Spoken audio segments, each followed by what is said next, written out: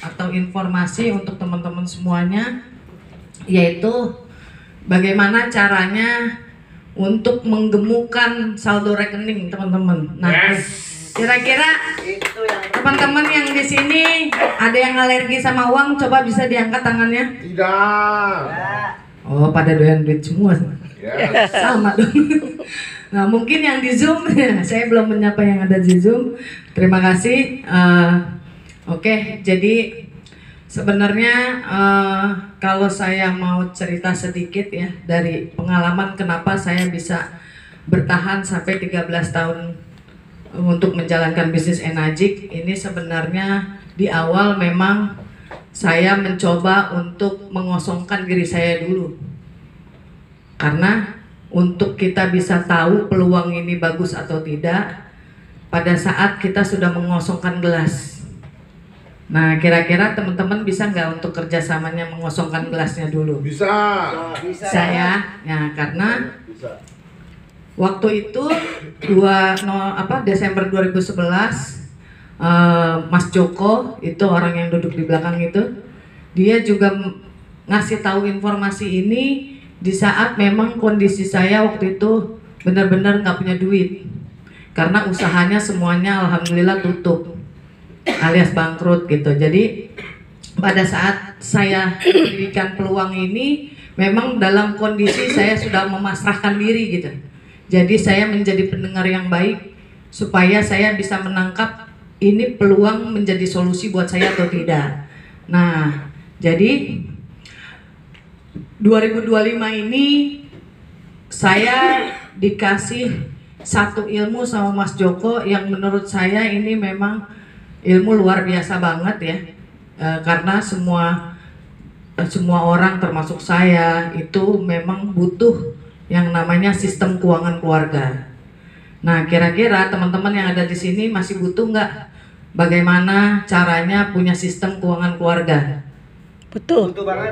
Butuh ya. Oke, berarti visi kita sama nih. Sebelum saya memulai dengan materi, ya saya minta sama teman-teman untuk diketahui dulu, karena saya juga dikasih tahu sama manajemen bahwa sistem bisnis Enagic ini bukan sistem cepat kaya, tapi sistem jangka panjang untuk teman-teman yang mau dapetin yang namanya perubahan hidup. Tapi ada syaratnya, karena apapun usahanya itu syaratnya harus tetap yang namanya punya kemauan. Setuju nggak? Setuju.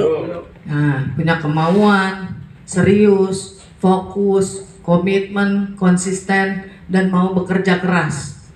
Karena apapun usahanya itu pasti ada yang namanya effort untuk kita terus punya satu keyakinan. Karena saya bukan pewaris ya, saya ini perintis. Jadi saya sadar bahwa seorang perintis itu tidak butuh pendapat dari orang lain. Tapi saya melakukan ini, punya keputusan di awal itu karena intuisi saya. Karena saya yakin ini adalah jalan untuk saya bisa dapetin yang namanya perubahan hidup. Karena kalau ada pertanyaan untuk teman-teman semuanya, kalau misalnya teman-teman punya peluang dan kesempatan bisa dapetin yang namanya 100 juta sebulan, mau nggak? Mau. Mau kan? Berarti sama sama saya. Mau dong. Karena yang namanya peluang untuk kita dapetin kebahagiaan dalam hidup ya, kesejahteraan, itu memang tidak semuanya mau. Karena apa? Kembali lagi ke masing-masing, bagaimana cara menyikapinya. Karena pada dasarnya semua perusahaan apapun itu pasti punya yang namanya standard operating procedure. Yes. Ya, SOP. Karena buat perusahaan dia memang mencari orang-orang yang qualified. Orang-orang yang benar-benar serius. Nggak ada yang setengah-setengah. Karena pada saat kita tidak serius, hasilnya juga tidak baik gitu. Karena semuanya memang harus mengikuti aturan main. Aturan main yang memang sudah ditentukan sama perusahaan tersebut. Nah, termasuk juga dengan perusahaan Enagic. Karena yang perusahaan Enagic tawarkan ini adalah menawarkan sistem. Jadi Enagic ini menawarkan sistem yang namanya Egg Point System. Egg Point System ini sebelum kita bergabung dengan perusahaan Enagic, sistem ini sudah berjalan tahun ini 51 tahun. Karena apa? Karena perusahaan Enagic punya kantor punya 43 kantor cabang di 26 negara. Kira-kira menurut teman-teman, kalau ada perusahaan udah melewati 5 dekade lebih 50 tahun dan punya kantor di 26 negara, ini perusahaan secara integritas bagus nggak? Bagus. Perusahaan besar nggak? Nah, makanya perusahaan Enagic ini menawarkan sistem, tapi untuk dia bisa punya kantor di setiap negara, itu harus ada bentuk syaratnya berupa produk. Nah, produk yang dibuat sama perusahaan Enagic ini hanya sebagai syarat untuk bisa mendapatkan legalitas atau izin dari setiap institusi negara. Karena kalau misalnya contoh nih, saya memang mungkin saya tidak terlibat langsung untuk mengurusi izin kantor Enagic waktu di awal ya. Tapi Mas Joko, saya ngelihat Mas Joko yang terlibat langsung bagaimana Enagic bisa dapat izin di Jakarta, di Indonesia. Nah, karena setiap negara itu punya wewenang untuk ngecek dulu nih, ini perusahaan Enagic dari mana, CEO-nya siapa, uangnya dari mana nih secara dana, terus apa yang mau dia jual di negara kita gitu, di Indonesia. Nah, makanya Enagic bentuk syarat produknya berupa teknologi untuk pencegahan penyakit degeneratif, penyakit orang dewasa. Nah, makanya waktu itu Deperindak mengizinkan perusahaan Enagic ini untuk bisa buka kantor di Jakarta.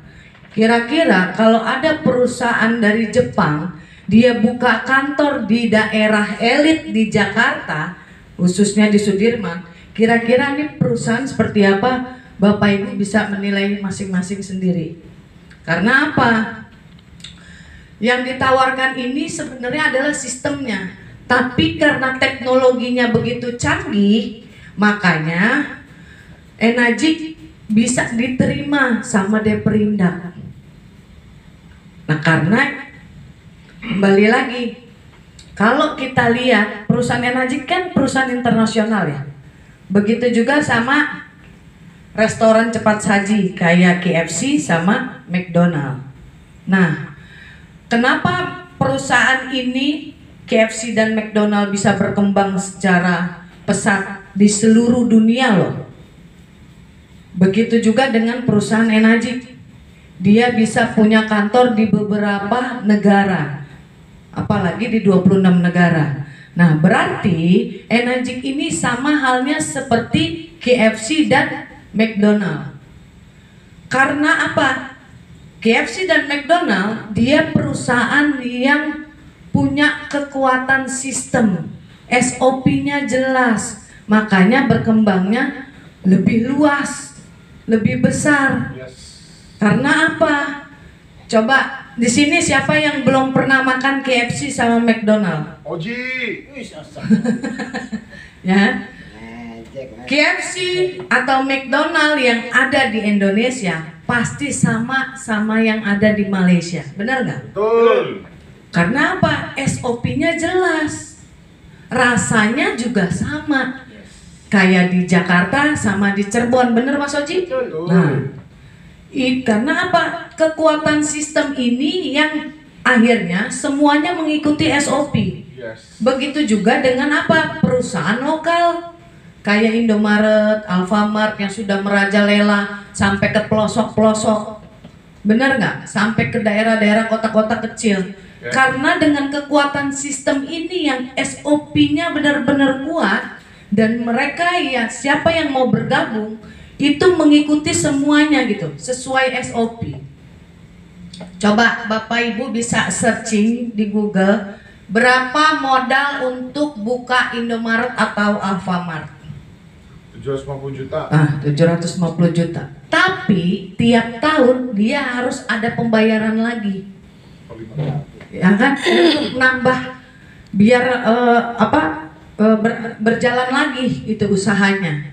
Jadi setiap tahun harus ada penambahan uang lagi. Nah, itu untuk Indomaret dan Alfamart. Coba saya mau tahu sama teman-teman semuanya, apa bedanya pedagang dengan pebisnis? Pedagang mikirin untung, pebisnis mikirin duit. Jadi ini yang saya pernah dengar ya, saya pernah baca. Bedanya pedagang sama pebisnis, kalau pedagang itu cari untung, ya kan? Contoh kayak jual kelapa muda, dia pasti dimahalin sedikit karena mau buat ngambil untung. Itu namanya cari untung, istilahnya cari untung cepat.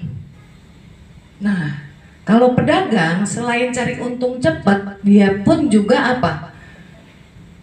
Kejar untung harian. Jadi setiap hari, contoh nih, karena saya dulu juga pernah ngalamin jadi pedagang. Saya pernah buka usaha jilbab kayak gitu ya. Kalau ini udah laku, udah selesai, saya jualan yang lain lagi gitu. Jadi kalau pedagang itu gimana caranya ada barang yang nguntungin pedagang. Walaupun untungnya kecil, tapi harian dia dapat.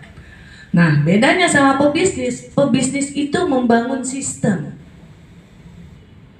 Karena yang dibangun adalah infrastrukturnya, bangun brandnya, bangun hubungan dengan pelanggan atau mitra kerjanya untuk kerjasama, dan membangun yang namanya sistem keuangan supaya gimana caranya sistem keuangannya ini bisa continue atau berkelanjutan gitu. Nah, itu namanya pebisnis.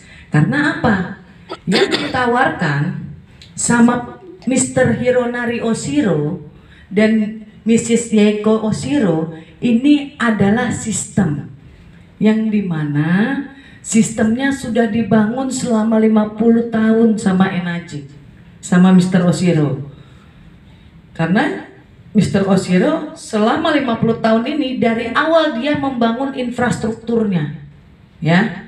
Karena Enagic berdiri tahun 74.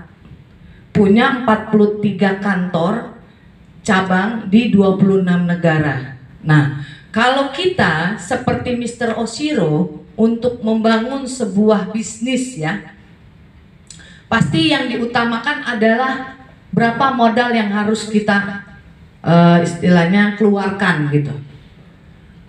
Karena di awal kalau mau menciptakan satu produk pasti harus membangun yang namanya pabrik. Dari pabrik ini terciptalah sebuah produk. Nah, dari situ bagaimana cara pendistribusian produk tersebut? Berapa biaya produksinya? Berapa izinnya? Di mana gudangnya? Harus siap dengan bayar pajak. Nah, si produk ini gimana sertifikasi dan penghargaannya supaya produknya lebih berkualitas? Terus kantornya seperti teman-teman sekarang ada di kantor di Zona Topaz Tower lantai 6 di Sudirman. Dan berikutnya ada 26 kantor lagi, ada di Amerika, ada di Eropa, ada di Australia, dan di Asia. Nah, itu yang harus dipikirkan sama Mr. Oshiro. Belum karyawannya. Oshiro yang gaji karyawan di 26 negara. Terus konsultannya dan gimana sistemnya. Nah, sistemnya ini pun sudah dipatenkan sama Enagic. Jadi tidak ada perusahaan lain yang bisa plagiat atau jiplak sistem ini untuk dipakai di perusahaannya. Kalau ketahuan bisa dituntut secara hukum. Nah, secara produk Ini ada ISO 1345. Bapak Ibu bisa searching. Ini ISO yang cuma didapetin sama perusahaan Enagic. Karena kategorinya alat kedokteran, alat medis. Jadi Enagic ini sudah memikirkan semuanya, sudah mengemas semuanya untuk siapapun yang memang mau menjalankan yang namanya sistem dari Enagic. Yang Enagic tawarkan adalah sistemnya. Itu yang harus teman-teman pahami dulu. Nah, karena kalau misalnya teman-teman ditawarkan sama perusahaan Enagic, ya, sistem keuangan keluarga, bonusnya dapat satu teknologi yang canggih untuk membersihkan usus manusia, kira-kira berani bayar berapa? Waduh, pada diem nih. 200 juta? 500 juta? Tapi kalau teman-teman misalnya ditawarkan untuk membangun perusahaan ini, kira-kira butuh modal berapa? Wah, ini mah ngomong triliun ya. Triliunan. 50 tahun. Triliunan kan? Nah, tapi kalau misalnya Enagic menawarkan sistem keuangan keluarga ini 70 juta, kira-kira mahal apa? Murah. Kemurahan itu. Murahan ya. Oke, berarti ini Enagic menawarkan sistem yang sangat murah buat teman-teman. Karena apa? Kembali lagi nih ya. Ini saya mau flashback sebenarnya. Flashback kenapa saya dan mungkin teman-teman menilai Enagic ini terlalu murah untuk bisnis. Jujur, saya tersentuh waktu awal ini gara-gara Om Joko menjelaskan tentang S26 SKS. Nah, sekarang di sini siapa yang nggak punya mimpi? Angkat tangannya. Siapa yang nggak punya harapan dalam hidupnya? Tuh, kok nggak ada yang angkat tangan? Berarti semuanya punya impian ya. Karena ini saya nggak nakut-nakutin teman-teman loh. Tapi ini faktanya. Dari awal kita lahir, ujungnya pasti kita meninggoy. Ya. Ini udah pasti dengan waktu dan entah kapannya itu berbeda-beda semua. Tapi dari semua orang-orang yang ada di dunia ini itu punya peta kehidupan yang sama. Dari lahir ujungnya meninggoy. Ya, ujungnya mati. Nah, karena apa? Ini yang akhirnya saya sadar. Mungkin dari 0 bulan sampai masa kecil, masa remaja, masa sekolah, itu semuanya sudah melewati yang ada di sini. Ya, tapi setelah masa sekolah selesai, terus masa kita cari uang, itu babak baru dimulai kehidupan. Setuju nggak? Setuju. Ya kan? Karena itu masa produktif kita yang lagi unyu-unyu banget gitu. Lagi semangat, apalagi mulai kerja kan umur 25 tahun. Itu masih energi. Semuanya kita apapun itu dikerjakan. Karena apa? Ujung-ujungnya pekerjaan apapun ujungnya duit. Sekarang teman-teman di sini kerja nggak dibayar, mau nggak? Enggak, males banget. Terus kesini ngapain? Nyari duit. Karena ada duitnya kan? Nah, Duitnya. kalau nggak ada duitnya mau nggak kesini? Oh enggak. Enggak. Sama dong. Nah, karena apa? Nih ya, sekarang usia saya 43 tahun. Bukan usia muda, tapi ini udah warning. Usia warning ya, kepala 4. Nah, rata-rata orang pensiun di Indonesia ini usianya 58 tahun. Berarti sisa usia produktif saya kalau di 58 dikurangi usia saya, sisanya 15 tahun. Tapi ada pertanyaan, emang masih sehat? memang masih hidup. Jangan kepedean loh. Itu yang akhirnya membuat saya, kenapa saya memaksimalkan potensi yang ada di dalam diri saya untuk mengerjakan peluang yang saya dapat dari NAJ. Karena ini ujungnya. Siapa sih yang tuanya nanti mau nyusahin anak? Gak ada yang mau. Karena itu yang saya alami, saya melihat dari pengalaman keluarga saya sendiri. Rata-rata orang di usia sudah tua itu udah istilahnya, kalau yang masih sehat alhamdulillah. Tapi rata-rata yang saya lihat dari pengalaman keluarga saya, makanya cucu-cucunya, anaknya pada takut main ke rumah kakek neneknya. Karena takut apa? Dimintain duit. Itu doang. Yes. Nah itu yang akhirnya kenapa saya harus kerjakan ini dengan serius. Karena pengalaman yang sudah saya lihat. Dari apa? Pengalaman orang tua saya sendiri menjalankan yang namanya rutinitas hidup. Dari mulai awal kerja nih umur 25 tahun, gajinya UMR bisa 5 juta, bisa 4,5 juta, ya kan? UMR berapa Jakarta? 4,9. Terus bertambah usia, karirnya naik, pengalamannya nambah, sampai akhirnya di titik usia 55 tahun pensiun atau 58 tahun. Kalau dilihat secara grafik ini naik. Tapi pada saat pensiun, income-nya juga pensiun. Nah itu yang dialami sama siapa? Almarhum bapak saya pensiunan BUMN.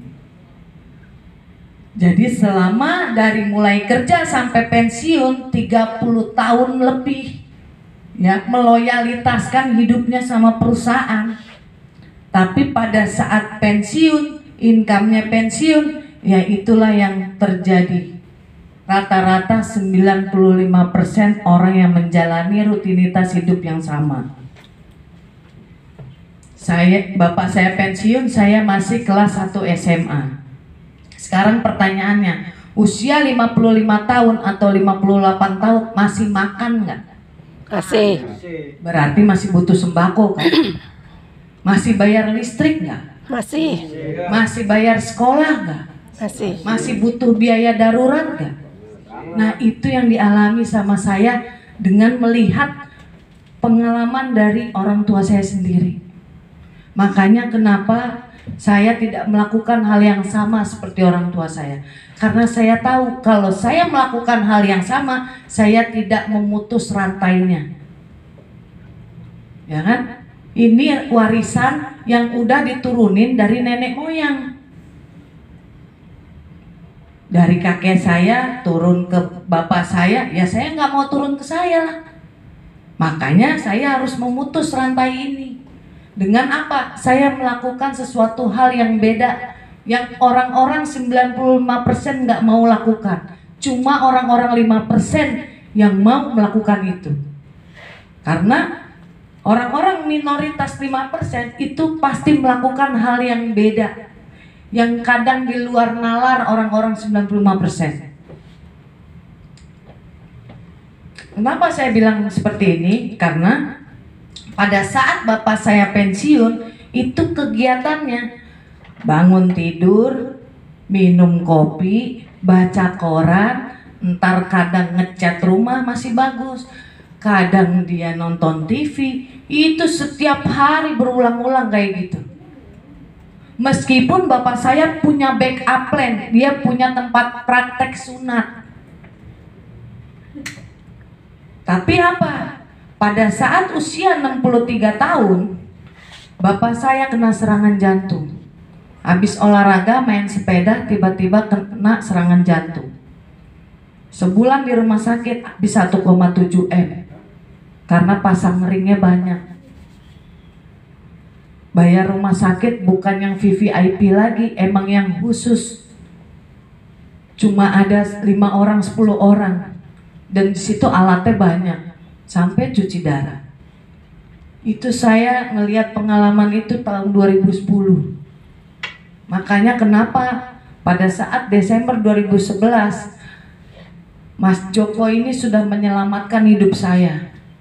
Kalau saya tidak membuat keputusan waktu itu, mungkin saya nggak bisa berdiri pada siang hari ini. Untuk saya bisa sharing sama teman-teman semuanya. Karena apa yang pernah terjadi dalam hidup saya, melihat bapak saya 63 tahun masuk rumah sakit, ngeluarin uang untuk biaya dokter, obat, rumah sakit, sisanya warisan kalau ada. Yes. Kalau nggak ada terus mau ngapain? Tetap ngarepin Warisin utang. warisin utang yang ada kan? Nah, makanya apa yang sudah dikumpulkan sama bapak saya, tabungan, rumah, terus sama kendaraan, perhiasan atau apapun itu asetnya, ya habis buat pada saat sakit. Makanya itu yang akhirnya kenapa saya tidak mau melakukan hal yang sama seperti orang tua saya. Karena ini saya sadar ternyata saya baru menyadari ini pun juga baru sekarang. Karena apa? Ini yang banyak tidak disadari oleh kebanyakan orang. Selama berpuluh tahun dia menjalani bekerja untuk yang namanya sistem. Dari mulai sekolah TK umur 5 tahun sampai umur 25 tahun udah lulus S1 atau S2. Ya. Selama 20 tahun menjalani yang namanya sistem pendidikan. Teman-teman ingat nggak dulu zaman kita sekolah, bangun pagi, hari Senin upacara, kuku harus dipotong, kalau enggak apa? Kena pukul, rambut harus rapi. Setiap hari sampai 20 tahun kita menjalankan yang namanya sistem pendidikan. Setelah itu barulah masa produktif kita. Kita masuklah ke dunia yang namanya sistem tenaga kerja. Kalau mau dibilang saya cari kerja jadi tukang sapu, di jalan juga kerja. Bener nggak? Tapi duitnya kalau mau dibilang kerja keras, ya mohon maaf, kuli bangunan kerja keras nggak? Keras. Tukang sayur kerja keras nggak? Nggak ada yang salah dari profesi mereka, nggak ada yang salah. Tapi kurang tepat untuk bisa mendapatkan hasil yang maksimal. Nah, makanya ini saya sadar, ternyata kebanyakan orang belum paham bahwa selama 60 tahun sampai di masa pensiun, hitungan internasional usia pensiun usia 65 tahun. Jadi selama 60 tahun bekerja untuk sistem, bukannya membangun sistem. Karena ini rumusnya. Kenapa ada orang kaya, kenapa ada orang biasa aja, dan kenapa ada orang susah. Padahal Tuhan menciptakan waktu hidup semua orang di seluruh dunia sama-sama 24 jam sehari. Ada nggak manusia yang lewat dari 24 jam? Ada, kalau mau cepat stroke. Bisa aja nggak tidurnya cuma sedikit, tapi lama-lama apa? Kesehatannya terganggu. Nah, makanya inilah yang dikerjakan orang-orang minoritas 5%. Yaitu dengan apa? Dengan memaksimalkan jam kerjanya. Ini rumus yang udah dilakukan sama almarhum bapak saya waktu jadi karyawan. 8 jam dikali gaji tiap bulan 30 hari. Berarti dalam sebulan 240 jam. Nah, kalau orang-orang 5% sama 8 jam. Tapi dikali orang-orang yang digaji sama mereka untuk setiap bulannya 30 hari. Kalau ada 100 karyawannya yang digaji sama orang minoritas ini, atau dibilang bos atau CEO gitu, berarti dalam sehari dia punya waktu 800 jam per hari. Nah, kalau dikaliin omset 30 hari berarti 24.000 jam per bulan. Makanya bapak saya sampai detik ini cuma punya rumah di Kampung Melayu. Nggak bisa beli rumah di Menteng, di Pondok Indah, nggak bisa punya Ferrari, nggak bisa punya BMW M4. Karena apa? Kepentok sama yang namanya slip gaji. Selama berpuluh-puluh tahun jadi sistem orang. Nah, kalau orang yang punya waktu 24.000 jam, dia yang bangun sistem, dia yang punya sistemnya, dia yang membangun SDM-nya. Nah, makanya orang-orang yang seperti ini berani untuk keluarin modal. Sama halnya seperti apa? Seperti yang ditawarkan sama Enaci. Yaitu apa? Menawarkan sistem. Yang dimana pada saat kita membangun sistem ini, jam kerja kita seperti pemilik perusahaan. Karena saya percaya suatu saat yang menyelamatkan kita itu dari apa yang kita putuskan hari ini. Yes. Untuk 5 sampai 10 tahun, bahkan 20 tahun, 30 tahun ke depan. Setuju. Yaitu dengan apa? Membangun sistem. Karena nggak selamanya kita kerja di usia kita muda. Betul. Nggak selamanya juga. Dengan situasi kondisi kita tuh sama terus, nggak selamanya seperti itu. Karena yang namanya kehidupan itu up and down, naik turun. Kan kita pernah ngerasain hal-hal yang kita tidak inginkan seperti